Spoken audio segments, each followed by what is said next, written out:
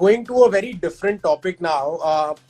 When it comes to the question of survival, the restaurant industry typically has always worked with a negative cash flow cycle, so to say, right? Wherein typically, in the sense that vendor payments are done 60 to 90 days out, and so on and so forth. So in this change situation, I think cash flow is going to become an even bigger problem, because from a vendor standpoint, the payments, etc., are going to become even more critical for vendors to keep servicing the restaurants, right? So how do you think the restaurants are going to manage that credit or debt? What are going to be the avenues? Do we need some new models there to fund restaurants from, whether it is VCs or crowdfunding? Do you think those are new models that we need to look at and explore as an industry?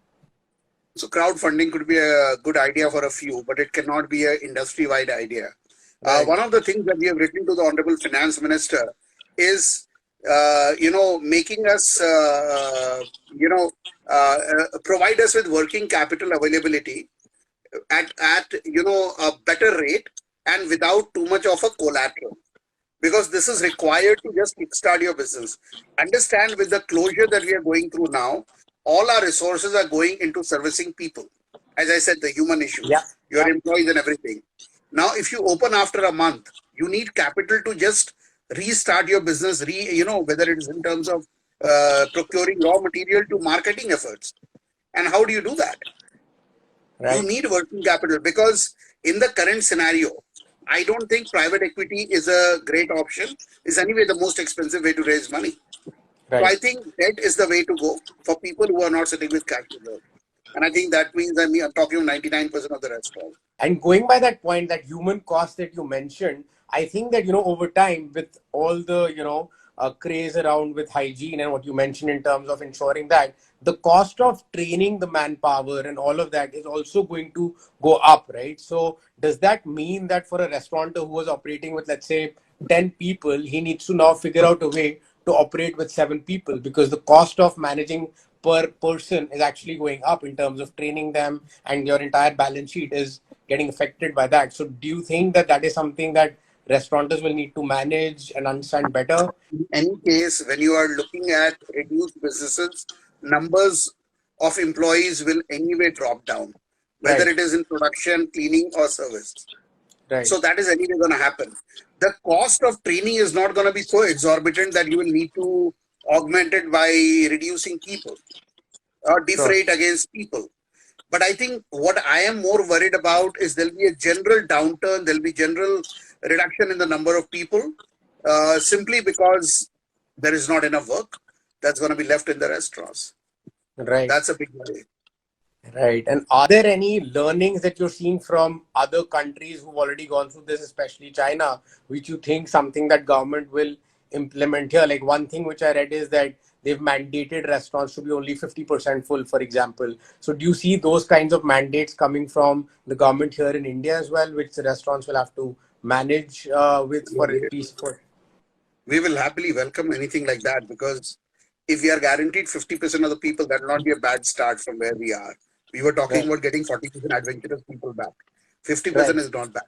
See, it may not be 50%, 60%, but social distancing norms, if they remain for a long time, then we have a problem, because that means the virus has not really left our shores. Right. Then the risks are different. You may be creating a social distancing in the restaurant where people are seating. How do you create the distancing when somebody is coming to serve you? How do you create the same distancing when you are traveling on a public transport? Right. So I think, we need to find a middle way, and I don't know what is the real middle way on this one. But very, very clearly, I mean, regulations are most welcome. Anything that safeguards the customer interest and the interest of my employees is most welcome. And from an advice perspective, what would you advise, a restaurateur today, assuming, let's say, another month of lockdown and, another month for people to start coming back in? For the next 2 months, what is it as an entrepreneur, as a restaurateur, I should be focusing on and building, let's say, from a tech perspective, my team perspective, business model perspective? What are the top 3 things I should be figuring out in the next 2 months, so that when, let's say, things open up, I'm geared up and ready to, welcome customers and, more business, right? So what are those top 3 things you would kind of want the restaurateur to focus on today? Number one will be what you put the last, which is the business model. I think this is the time when industry has to reimagine itself. I've been repeating this word, and recreate its own business model. With such high proportion of fixed operating cost, where a 15% drop in revenue wipes out your complete EBITDA, is too high risk a model. You look at the failure rates. 81% of restaurants don't last 30 months in the organized sector.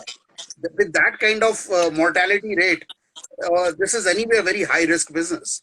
And in the change scenario, it is going to get even worse.